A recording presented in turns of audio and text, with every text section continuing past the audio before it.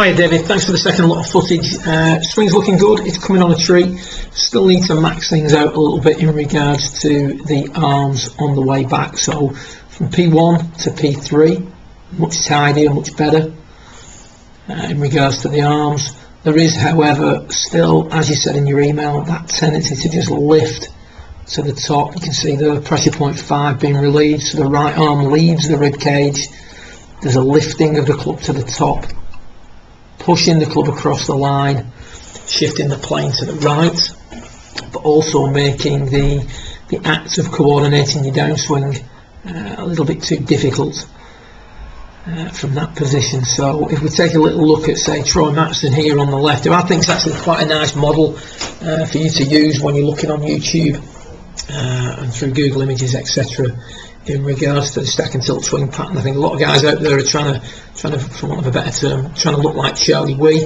That's not necessarily suitable for everybody. I think Troy Matson, for yourself and your swing tendencies, is a better model at the moment.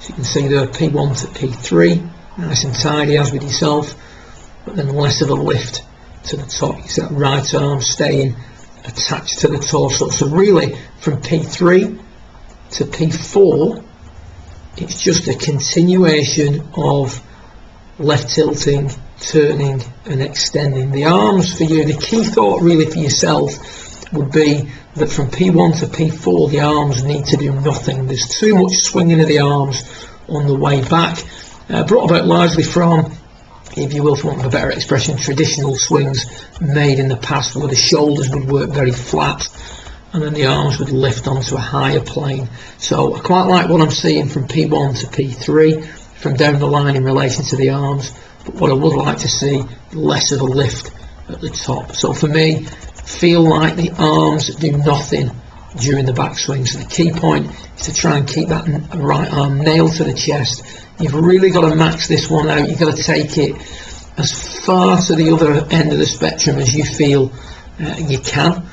Trust me, at this point you cannot overdo this. I know, speaking to other coaches, we all have some very good experiences of pupils from P1 to P4 feeling that the arms do nothing, feeling that it's purely using the torso to move the arms. So no independent use of the arms during the backswing would be a feel. That isn't actually what would happen. The arms would work a little bit by themselves, but would help tremendously in keeping those arms attached to the rib cage. So a little bit of separation, P1 to P2. We'll work on tidying that up a little bit more as we go, but for now I want to tidy up P4. If we can get the right arm lifting less, or the arms in general lifting less, staying attached to the torso, it's really going to tidy up that backswing position. That's the biggest difference we see there between yourself and Troy at P4 down the line. So really nail that arm to the chest. You know you're going to do it, just other ways of feeling it. Feel that the arms do nothing during the backswing will really help tighten that position up. The other thing, you talked about your left shoulder not working down enough, or you find that difficult. Left shoulder working down nicely here to a point. Then from P3, which is when the arms start to lift, the shoulder levels out and you lift slightly.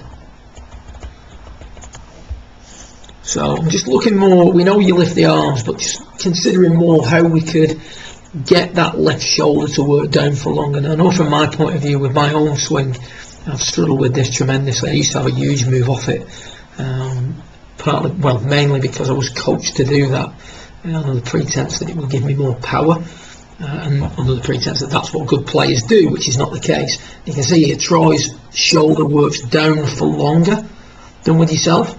You stay pretty fixed, but Troy's shoulder definitely working down for longer. Now what I would say is at P3, just wind that back,